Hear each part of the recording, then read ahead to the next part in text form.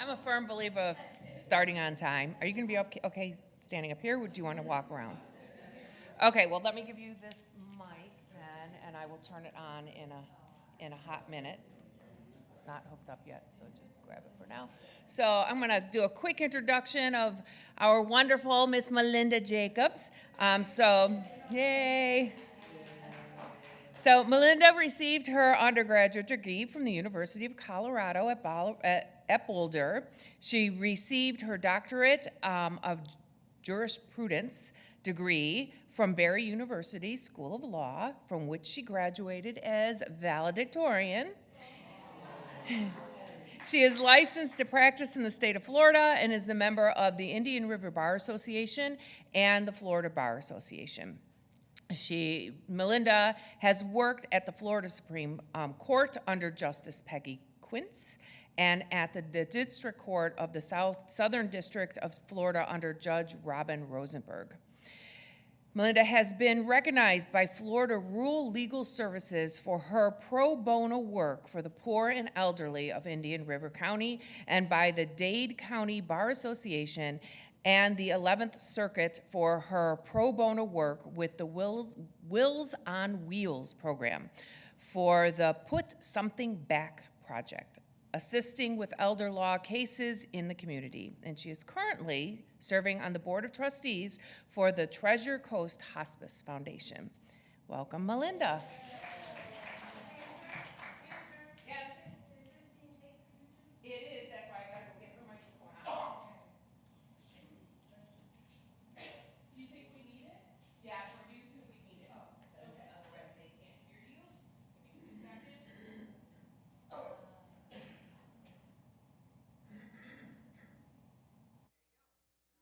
All right.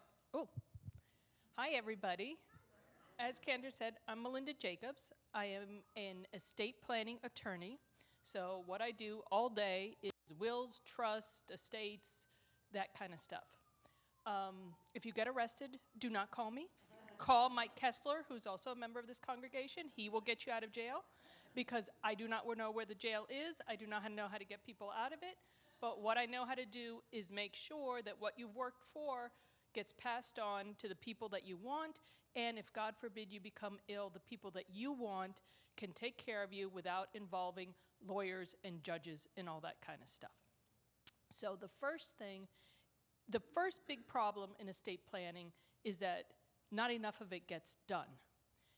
A lot of Floridians pass away with either no will or a will that's super out of date, that names guardians for their kids who are in their 50s and 60s now, that doesn't include the grandchildren or even the great-grandchildren.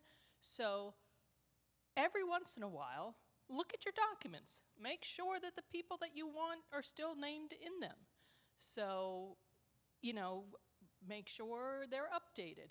The laws do change every once in a while, not that often, but if you have very old documents, you run the risk that they are not going to work. So everybody in here has different goals and objectives of what they want in their estate plan. Daryl was very honest with me the other day. He said, when I pass away, I think I'm going to get cremated. And I want to make sure you scatter my ashes at TJ Maxx so that way I guarantee that you and Emily will visit me 3 times a week. All kidding aside. I'm here to talk to you about wills, death, incapacity, maybe a little bit of taxes, not too much. Not very cheerful subjects, but I'll try to make it entertaining for you. The first thing I'm going to talk about are wills. There are a lot of misconceptions about how wills work and what they control. So I'm going to talk about a couple basics. The first basic, and this is the key to everything, how you hold title to an asset determines who gets it when you're gone and how they get it. A will only controls what is in your individual name alone, period. Okay, that's really important. A will only controls what's in your name alone, period. I'll give you an example. Mrs. Schwartz, She has 3 beautiful daughters. 2 live in New York, 1 lives down here. Her will says 1/3, 1/3, 1/3. Great.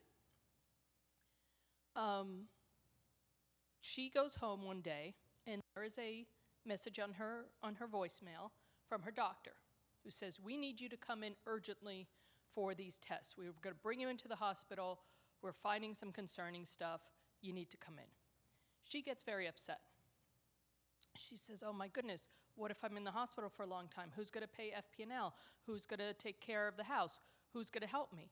And she says, well, you know, maybe for convenience, I will go down to the bank with my daughter who lives here and put her as a joint owner on my accounts.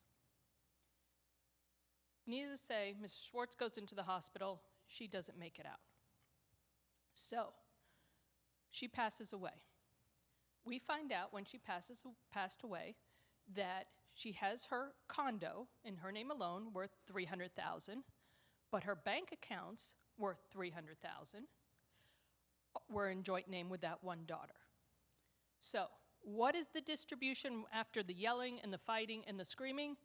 Who gets what? Anyone want to take a guess?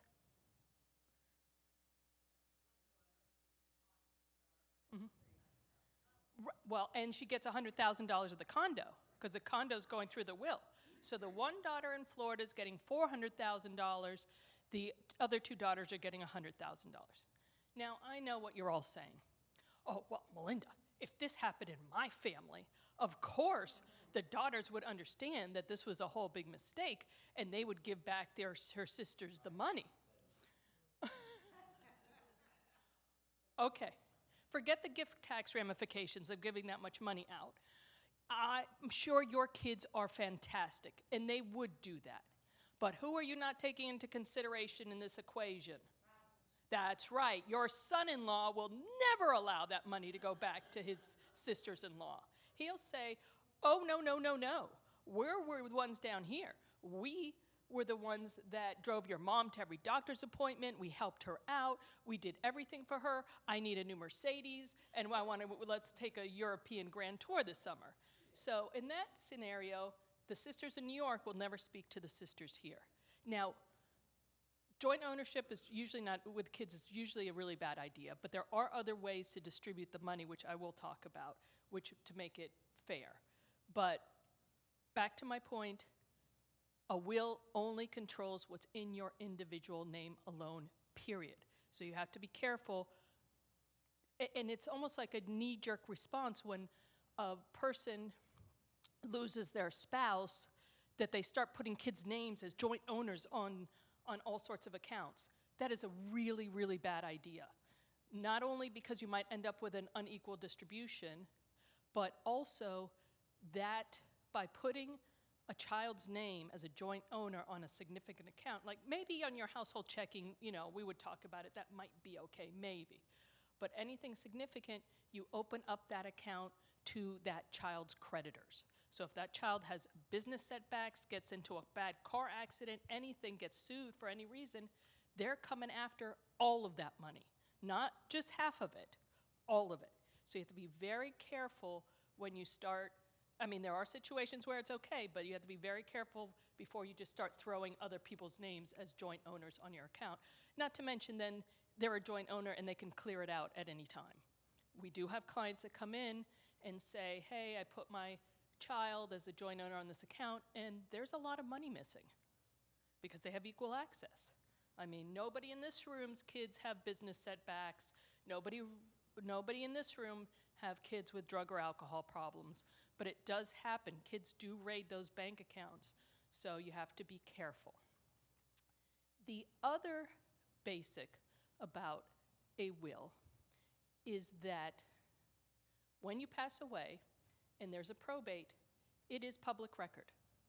So you can Google Indian River Clerk of the Court. Everybody's name is on there. Everyone's estate is on there. All the names are on there. The documents are there. You can ask for copies of them. You just click on this little thing and request copies. In the old days, maybe that wasn't such a big concern because in order for someone to see the probate file, they'd have to drive to the courthouse, give this little slip of paper, go into this little room, they'd bring you the file, you could look through it. Not anymore. Now it's all public record. So that's one thing about wills. Once you pass away and it goes through probate, and speaking of probate, this is the other big thing. All wills go through probate. Probate is the process by which, if something's going through your will, it's going through probate. It is the process by which your will enters the court, and the judge supervises the payment of creditors, the payments to the beneficiary, all that kind of stuff. In Florida, probate is extremely expensive to do and takes a really long time.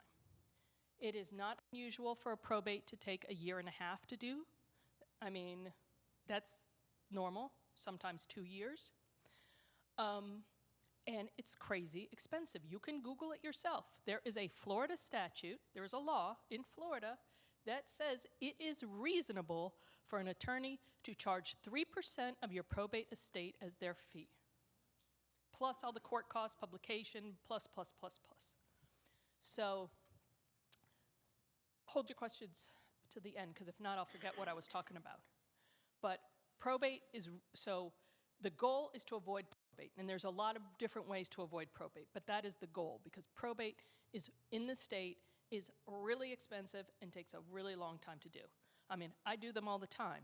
They're a huge pain in the tushy. And this county's great, because we're a small county, so I can get things pushed a little faster, but still, even pushing it as fast as I can, there's a 90-day creditor claim period where everything is just frozen. So you want to make sure that you avoid probate, and I'm going to tell you how to do that. The third basic of a will is that a will only takes effect when you're gone. A lot of people say, well, my son is named in my will to be in charge, so if I get sick, he'll be able to take care of everything. No. Your will, I mean, it's there, but nothing happens with it until you're gone. It doesn't give anyone named in there authority to take care of you when you're ill. So there's other documents, which I'm going to talk about, that everybody needs to have to make sure that when, if God forbid, there's an accident, an illness, a stroke, Alzheimer's, anything, that the people that you want can take care of you financially and medically. Because without those documents, what you are looking at is a guardianship. Guardianship is when you don't have the right documents, and so the family has to go to court to become your guardian. If you think probate is bad, guardianship is 1,000,000 times worse as far as expense. And I mean, Judge White in this county, she is a lovely judge. She's a really lovely person. But if you become a ward of the court, even if she does appoint the person that you want, there's no guarantee of that, that person has to report to her every single penny that they spend, do huge accountings every year, and in the end, she has final say of where you're going to live, what money is going to be spent on you. And I'm not saying anything, she's a lovely person, but I don't think that you want Judge White in control of your life, of where you're going to live and what money is going to be spent on you and who's going to take care of you, just because you didn't have the right documents. Now, I know I've been kind of bashing wills for this whole time, but for some clients, and I'm going to talk about this, having beneficiary designations on their bank accounts and adding on a ladybird deed and having that will just there as a backup and a place to distribute stuff is a very good estate plan. So don't think that, you know, nobody should have a will, because for certain clients that there is other ways that we can avoid probate, so that that will is just there as a last resort backup. The number one way to avoid probate is beneficiary designations. So on things like retirement accounts, brokerage accounts, money markets, savings, checking, you can go in there and say, when I'm gone, this is the people I want to get this money. It works really well, because you pass away, they go to the bank with your death certificate, and the bank distributes the money. So beneficiary designation has a lot of different names, but it's all the same thing. Some banks call it a TOD account, transfer on death account. Some banks call it a POD, pay on death account. Some banks call it an ITF, in trust for account. Some banks call it beneficiary. It's all the same thing. It's just a matter of you want to make sure that, you know, you pass away, you just tell them at the bank, when I'm gone, I want this person to go to the bank with my death certificate, and you're going to give them the money. And they'll put all their information in the system, and that's what will happen. So beneficiary designation, as far as money is concerned, is a great way to avoid probate. Because remember, then the asset's not in your name alone, period. It has beneficiary designations. So that way, no probate. Now, that plus a ladybird deed, which I'm going to talk about, for a lot of clients that have two great kids, it's 50-50. They've got all the beneficiary designations on all the money, and then they do the ladybird deed, and it turns out great. But for some clients, doing a trust is also a really good way to go. Once you start having some significant assets in like brokerage accounts, if you do have children but the money needs to be controlled for them for whatever reason, you have a special needs grandchild, something, a trust makes a lot more sense. So, let me tell you what a trust is and how it works. The type of trust I'm talking about is called a revocable living trust. Revocable means you can change it at any time. Living means it's created now while you're alive. What any trust is in its essence is an agreement amongst three different people. The first person is called the settler of the trust, the person setting up the trust. That would be you. And if you're married and you have everything joint, it could be both of you. So you could do a joint trust. So you set it up. The second person is called the trustee of the trust, who's in charge of all the money in this trust. That's you. The third person is called the beneficiary of the trust, who gets all the money from this trust. That's you. So you create this trust, you're in charge, all the money is for you. The trust says you can do whatever the heck you want. You can buy, sell, trade, give away. You can do whatever the heck you want with your money. But the trust also says, should I become ill or pass away, these are the people that are going to be in charge after me, and then when I'm gone, this is the way things are going to get handled. There are three really big benefits of the trust. The first benefit is whatever is in your trust when you pass away avoids probate. As I said, probate's really expensive and time-consuming. And especially, I have a lot of clients who are small business owners that have S corporations, LLCs, those kind of things, that they can't just throw beneficiary designations on. So the trust can hold those type of assets. And especially if you have real estate in 2 states, sometimes the trust is a better way to go, because you can put both pieces of property in the trust, avoid probate, because if not, then you could be facing a double probate. A probate in Florida, because that's your residency, and then another probate in the state where that property is located. So then you're looking at double court costs, double fees, double everything. So for clients with multiple pieces of real estate, brokerage accounts, issues with beneficiaries, sometimes the trust makes a lot more sense. The other benefit of the trust is that the trust does go into great detail. What would happen should you become ill, incapacitated, or disabled? Because it outlines exactly who would have access to your money if you become ill, under what circumstances, and what they have to use that money for. And with that, we avoid the guardianship, because if trust says, should I become ill, this is the people and this is what they have to do, and then they have access to my money, and they have to use it for one purpose only, my health, support, care, and maintenance, and we eliminate that whole court proceeding and all that kind of stuff.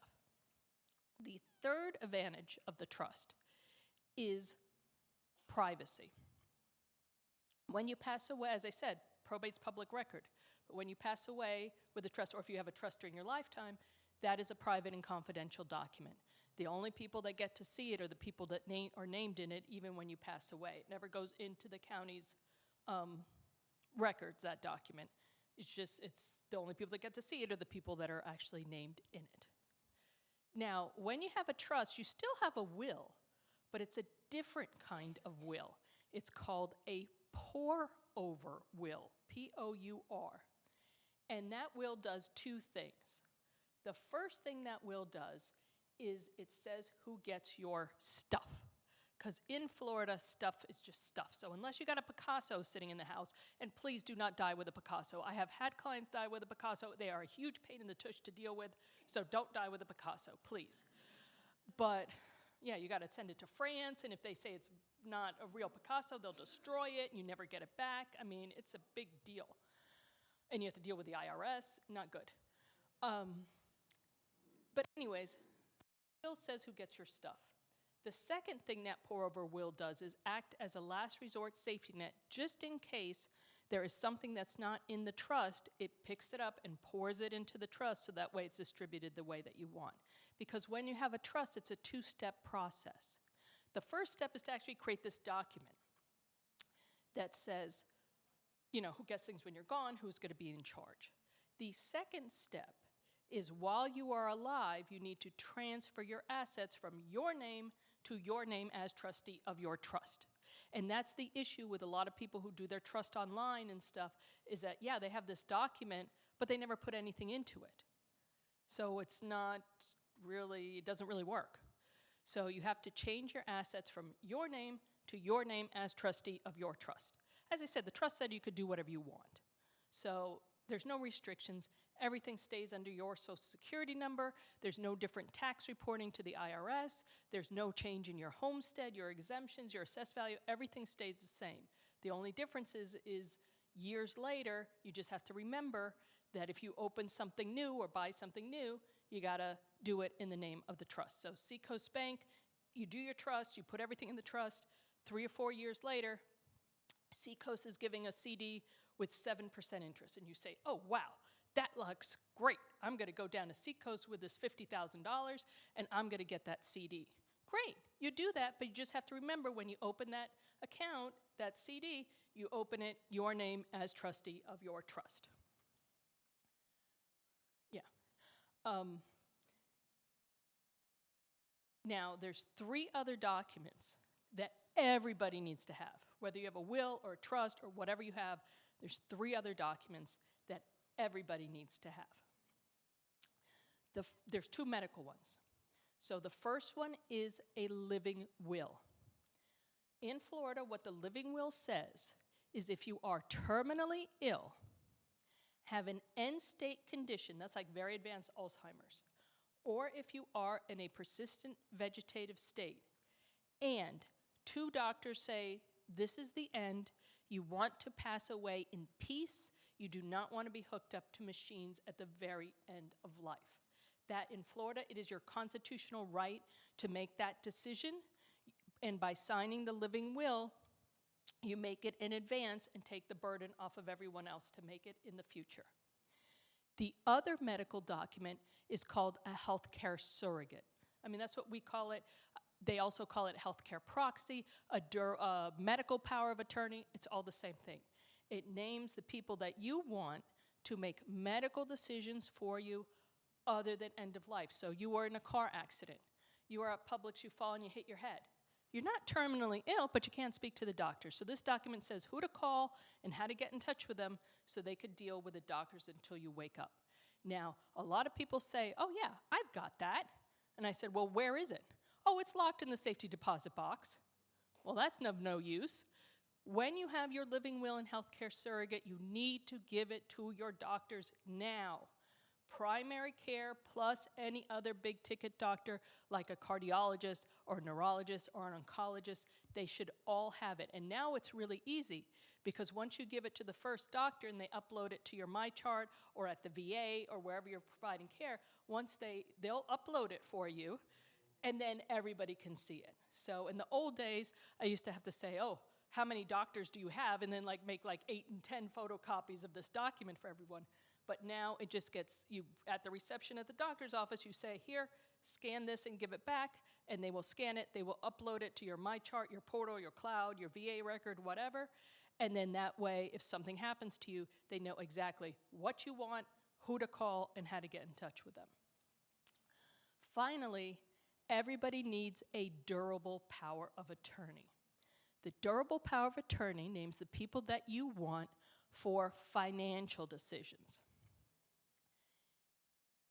In Florida, that power of attorney covers a lot more than just going to the bank and paying your bills.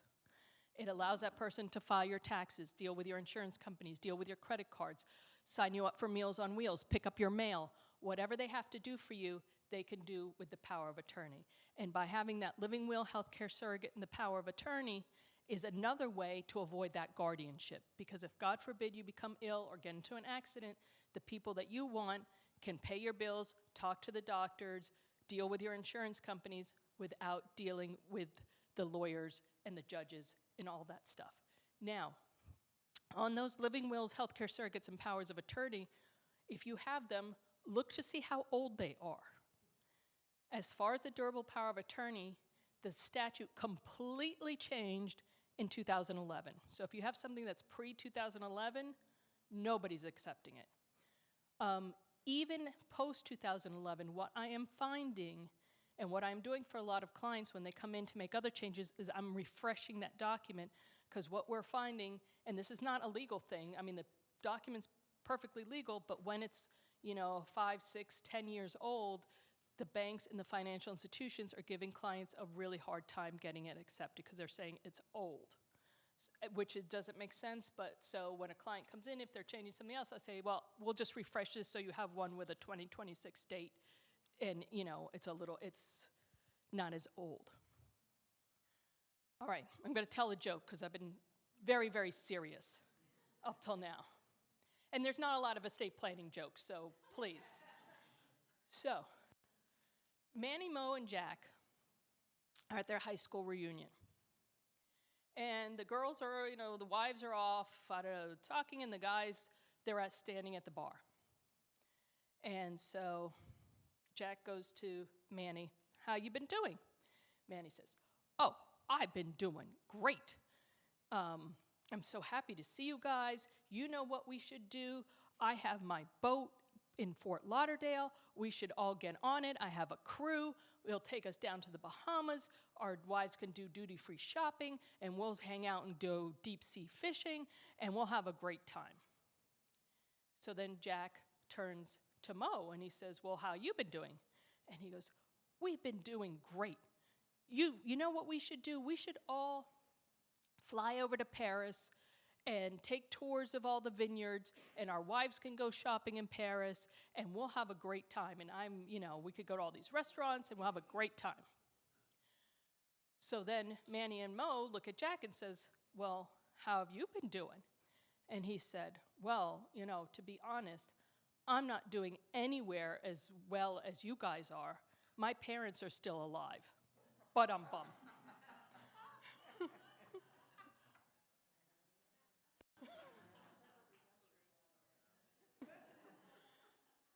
So anyways, the last thing I want to talk to you about is the hottest topic in estate planning right now, the Ladybird deed. Because I do have clients that come in and say, we have beneficiary designations on all our money. We have the will there as a backup to be able to distribute personal items, but we've got the house, and we don't want the house to go through probate. Now, you can form, and it depends on, who you want to get this property. But when you have 2 or 3 great kids and you just want it even Stevens, the Ladybird deed makes a lot of sense. Because we can create a whole big trust to hold the house, but for a lot of clients, it's not worth it. What we say is it's killing a cockroach with an atom bomb. It's overkill. So for clients that have just a few beneficiaries, it's even Stevens, they already took care of the money, doing the will package so that they have the will, the living will, the healthcare surrogate, and the power of attorney, and adding on that Ladybird deed makes a lot of sense. So, Ladybird deed, the reason they call it a Ladybird deed, this is the rumor. I've heard it's true, I've heard it's not true, I don't know. But the rumor is that it is the deed they did for Lady Bird Johnson when the president died. Legally, what that deed is an enhanced life estate deed. So when you Google it and you see articles that say ladybird and some articles that say enhanced life estate, don't think that's two different things. It's the exact same thing. Because when you Google it, different articles will call it different things, but it's the same thing. Life estate means you get to live there for the rest of your life. It's your house, you live there. Enhanced means not only do you get to live there, but you can sell it and keep all the money. You can get a home equity line, you can refinance, you can turn it into a party Airbnb. Don't do that because your neighbors will kill you, but you can do whatever the heck you want with your house during your lifetime. But in the split second that you pass away, this whole enhanced life estate thing dies with you because you're not around anymore to live there or sell it or mortgage it or rent it or do anything. And the title will, in that split second, automatically swings to the people that you've named as what's called the remainderman. No probate, no delay, no expense. They will own it in that split second. The only thing they have to do is record your death certificate with the county, which costs a big $10. You just go down to the courthouse and you record the death certificate for $10, and they could sell it the next day. It does work really well. We've had clients, I mean, this was now a few years ago because I've been doing ladybird deeds like crazy. A few years ago, we had the first client that passed away with one. He had 2 sons, Even Stevens. He passed away. 3 days later, his kids had the death certificate. They listed the house. 2 weeks later, they had a buyer. It was a cash deal. 2 weeks later, they closed. At the closing, each son got their check. Done. No probate, no delay, no estate account, no nothing. So for a lot of clients, I mean, trusts do make a lot of sense for a lot of clients, but for a lot of clients, the will package to make sure that you have everything so that people could take care of you if you become ill, and adding on the ladybird deed is a really good estate plan. All right, I've been talking a lot. Questions? Irrevocable trust. So irrevocable is what's the difference with an irrevocable trust? An irrevocable trust is not very popular here in Florida. They are used for what's called Medicaid planning, but in Florida, our Medicaid laws are a little bit different as far as the home. As long as one of you or your spouse, is either living in the home or is expected to go back to the home, they can't touch the home. It's not like up north where they can force the spouse to sell the house to pay for the other spouse's care. In Florida, they can't do it. But an irrevocable trust is one that can never be changed, so that's not that great. And also, you remember at the beginning I said, you know, you create it, you're in charge, all the money's for you. You have all 3 of those roles. With the irrevocable trust, you can't be all 3. You either have to give up benefit or control of your money. So most clients, until it's looking like the future might be applying for Medicaid, it's not something they want to do because they don't want to give up control of their money. And it has its own taxpayer ID number, and there's tax implications. So for most clients that do a trust, doing a revocable living trust makes more sense. Yes? Yeah? Yeah, so TOD account, you just go to the bank, you bring the people's names. Sometimes they do ask for social security numbers. And you say, when I'm gone, I want this account to 25%, 25%, 25%, 25%. And they'll have you sign a paper, and they'll put it in their computer, and you pass away, they go in with a death certificate, that bank will cut 4 checks. Yes?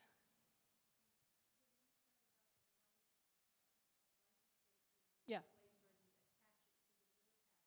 Yeah. Yeah, the will package is kind of in place of the trust, and then we add on the ladybird deed. Because if you have a trust, then I put the property into the trust. But if you don't have a trust, you have the will package, and when I say add on, it's because it's an additional fee, so it's kind of like an add-on. But paying for that ladybird deed saves thousands and thousands of dollars when you pass away. You don't have to go to probate with a ladybird.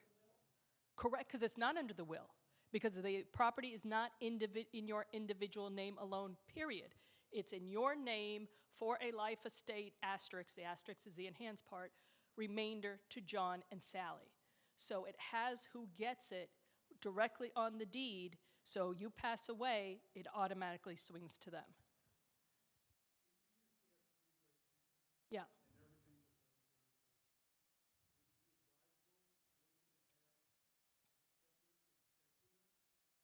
So who you pick to be in charge. In a trust, it's called a successor trustee. In Florida, in a will, it's called a personal representative. Most of the time, it's the spouses for each other, and then whoever you want as the backup. You can name the kids in a certain order. You can name 2 people to work together. That's fine. More than 2 people working together gets a little cumbersome. But a lot of clients say, we want these 2 to work together. That's fine. But in every document that you do, whether it's a will, a trust, a power of attorney, a healthcare, you need to have backups to everything because the world is a crazy place.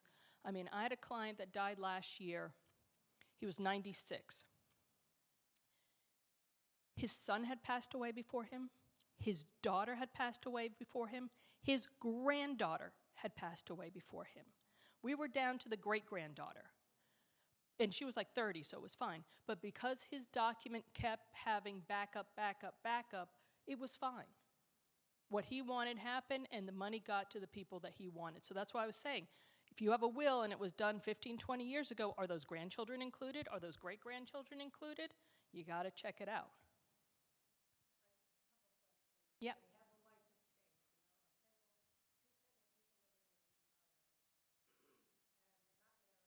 Mm-hmm. Okay.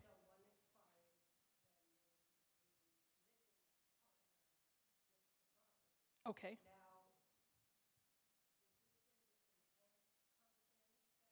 That would be when both of you are gone.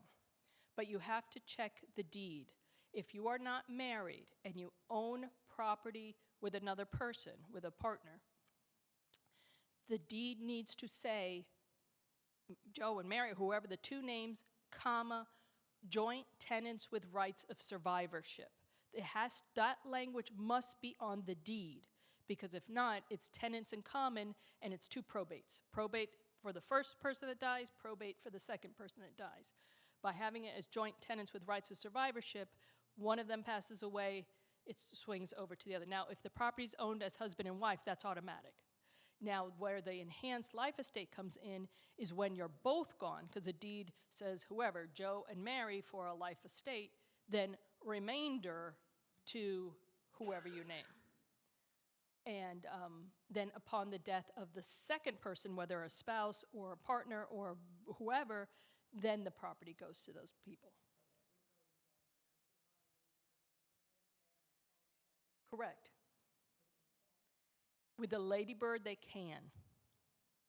So when you're not married, sometimes we either do a trust or we do what's called a cohabitation agreement that outlines exactly what would happen upon death or just selling it in any, so that both sides are protected. Also depends on the relationship, how much you trust that person, all that kind of stuff. Yep.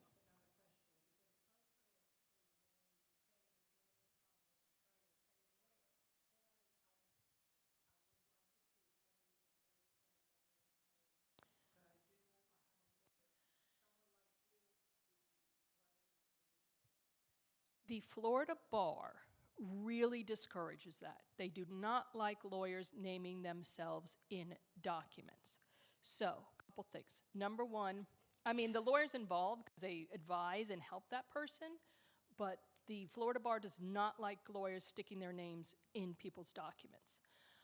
If there are some very small exceptions where we have been named, one was Mr. Juden. Remember, we went to Israel and we unveiled this whole where all his money went to this after-school program in Israel.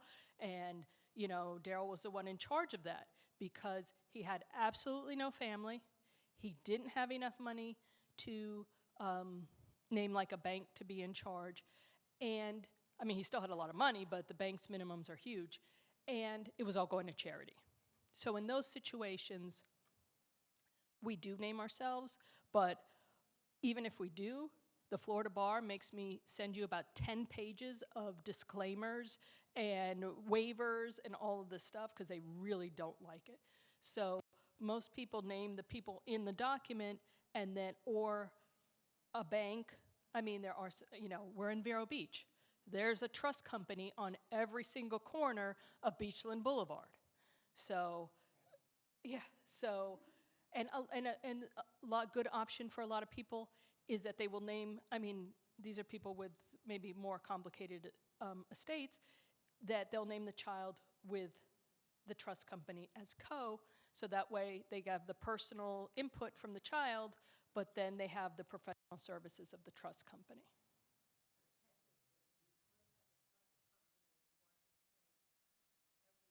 Yes. Well, they'll hire a lawyer. Right. Yes, Cantor.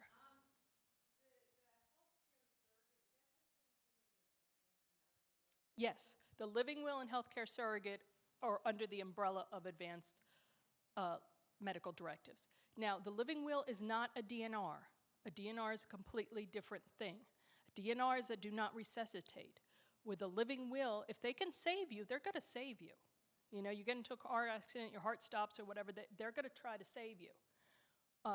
So don't think that the living will is the same as a DNR. The living will is a legal document. The DNR is a medical order signed by the doctor that says do not resuscitate. They're two different things. Even though they both deal with end of life, they are two different things. And that also comes in the umbrella of the advanced medical directives. Well, both. But it's a medical order. It's not a legal document. It's a, And it has to be on a certain paper, the DNR, goldenrod paper, and they changed the rules. I forgot. Now it's at the foot of the bed or the head of the bed. I don't know. It has to be posted in a very specific place so that if, God forbid, the paramedics come, they see it, and they don't start shocking your heart and doing all these horrible things if you don't want that. But that goes back to the living will. Give it to all your doctors. And then the other thing you can do is you can go down to the fire department and get this thing, I think they call it like a bag of life or something like that. But really what it is a gallon-sized Ziploc baggie. So you get a gallon-sized Ziploc baggie. In there you put your living will. You put a copy of your ID, a copy of your insurance cards, a list of prescriptions, a list of doctors, whatever you want, because the paramedics are trained that if they come to the house to look on the fridge, because you put it with a magnet on the fridge, and they will grab that whole thing and go out the door. So, and that's why you just have like photocopies of that stuff in there, but they will grab it and they will take it with them. So the living will, when you're not delivering it to all your doctors, a good place to keep it is with a magnet on the fridge. Yeah.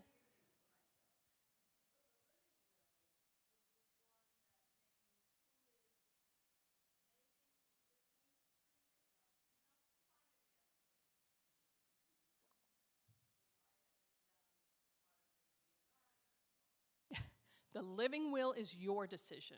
The living will says if first criteria is either you have to be terminally ill, end-stage condition, that's like very advanced Alzheimer's, or persistent vegetative state. And then second step is two doctors say, this is the end. They're going to just let you go. They're going to let you pass away in peace. They're not going to hook you up to ventilators, feeding tubes, all of these things that will keep you alive artificially when that's all they're doing. They're just keeping you alive artificially.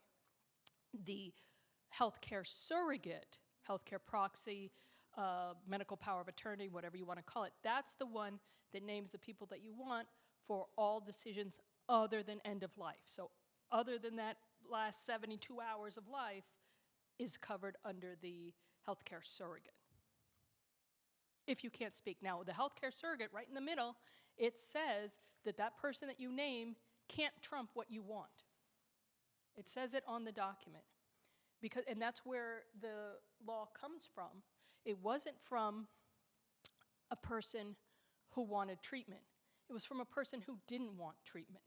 They had cancer, they had gone through all the treatment, they said, I'm done, which is your right. And the kid said, no, you need more chemo, we want, to force you to have this chemo, and the court said no. It is your constitutional right to determine your life and your medical treatment, so while you can communicate your wishes, your word, what you want, goes. So these documents are speaking for you when you can't.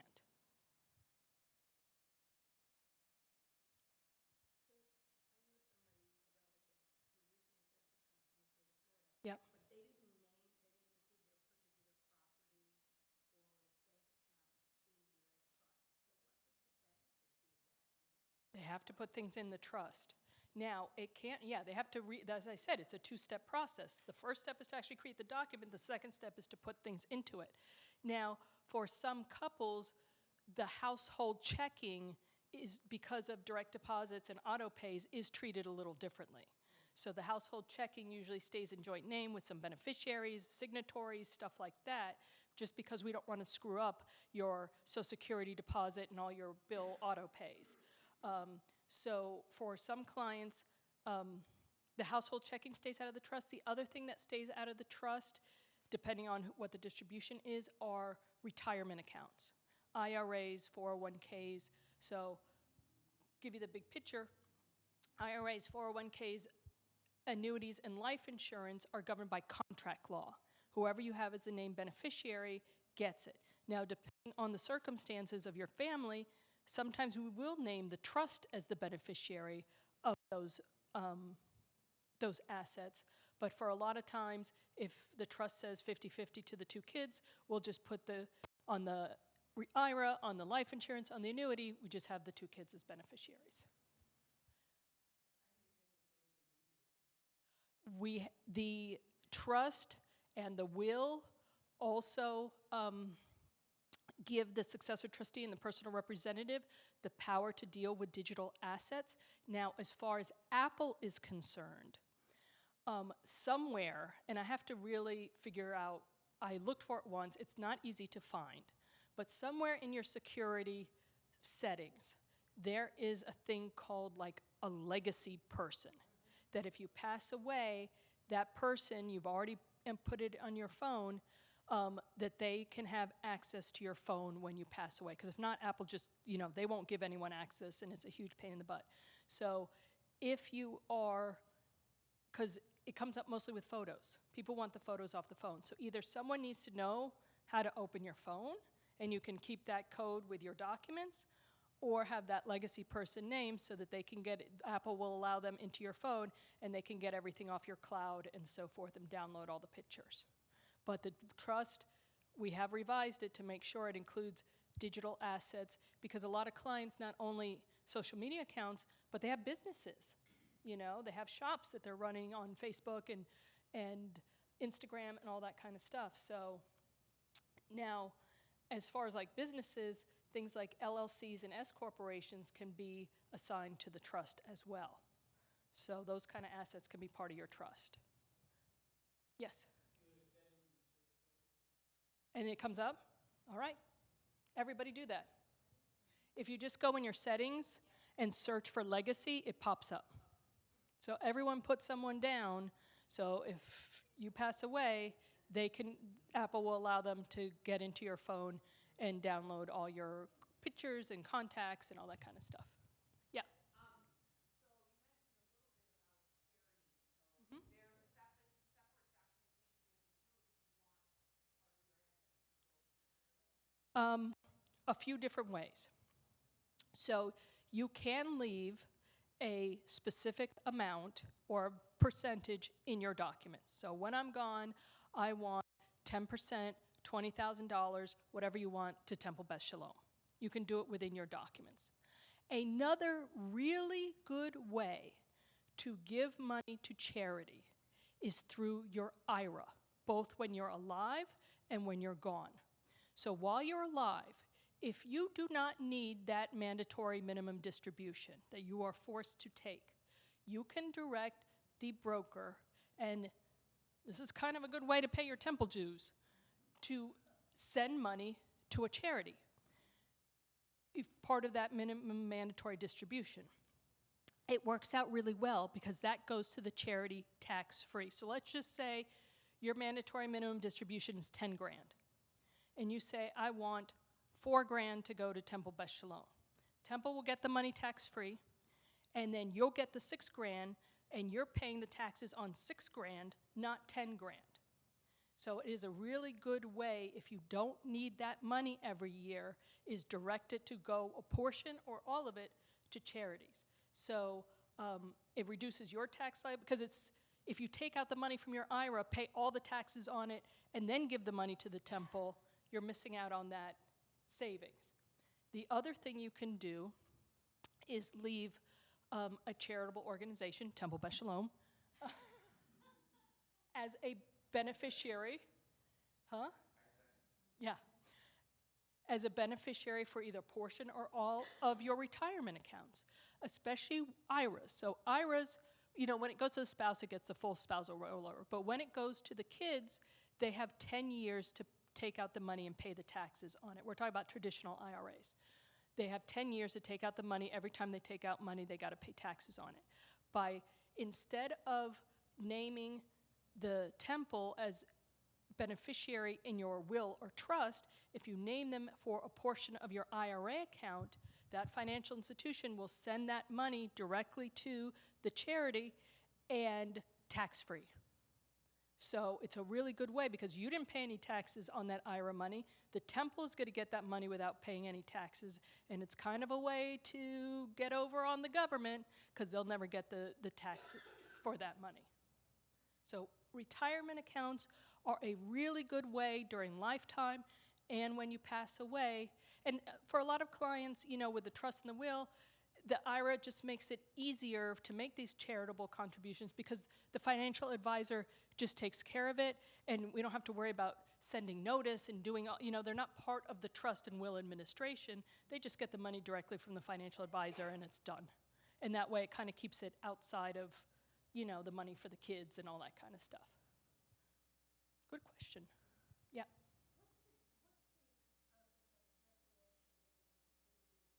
Okay, so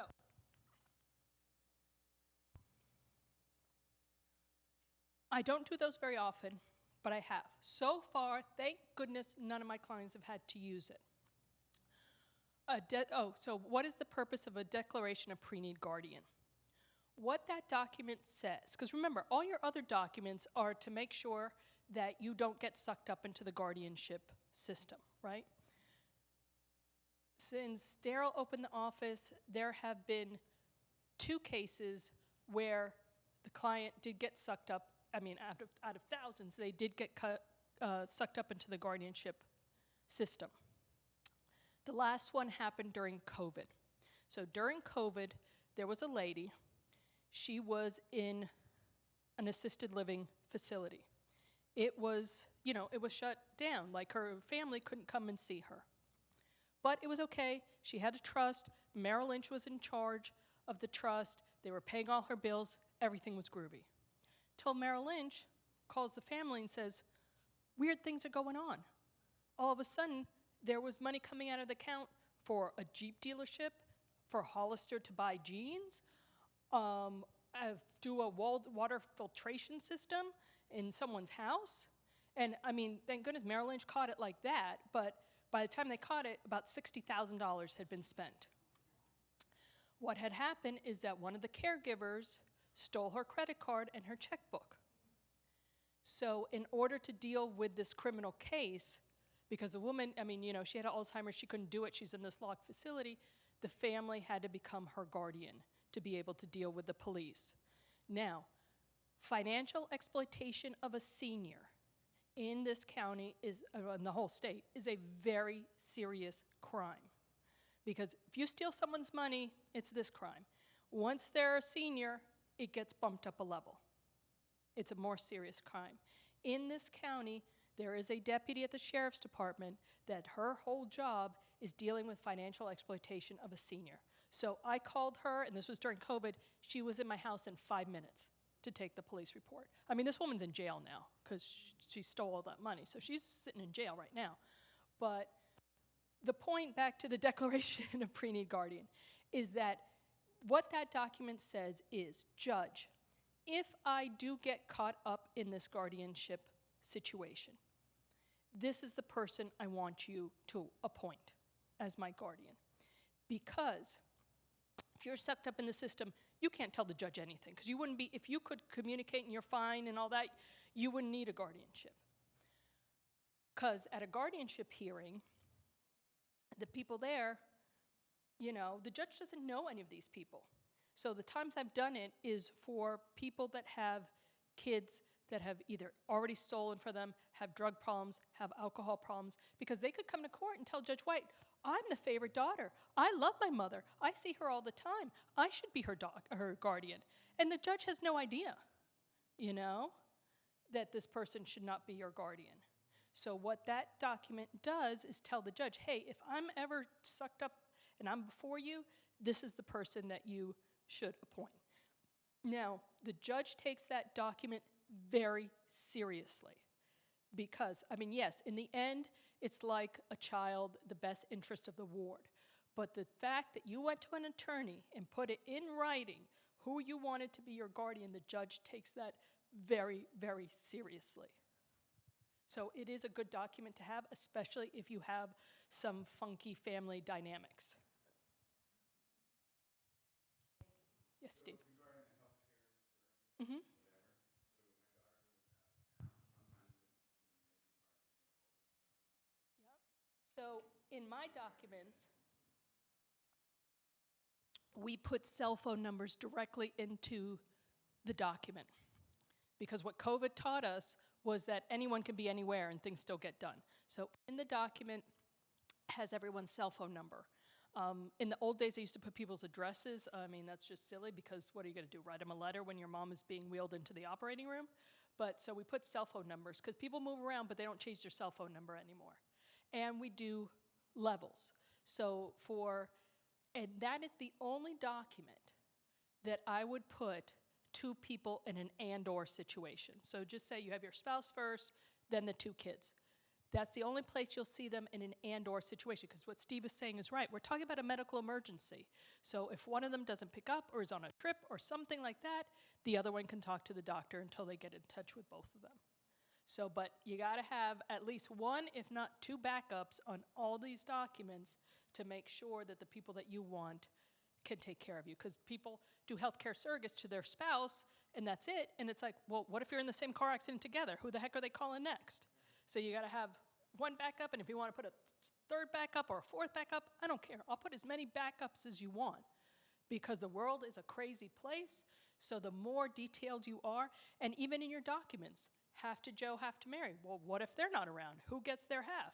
You got to keep going, whether it's to the grandchildren, to Temple Beth Shalom, to whoever you want. You got to put backups on everything. Joe's in charge. What if he can't do it?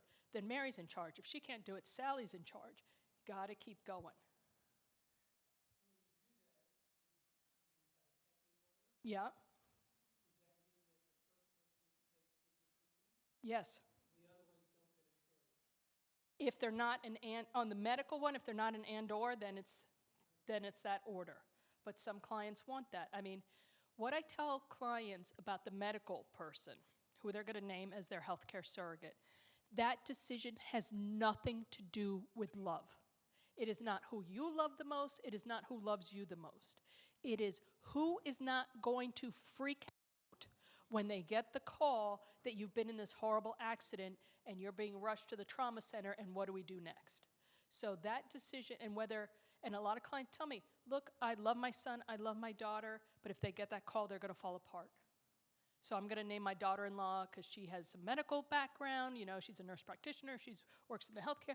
I'm going to name her, not because I don't love my son. I love him very much, but he'll fall apart. So that decision, you got to think about, how is that person going to take that call and make sure you name the right person.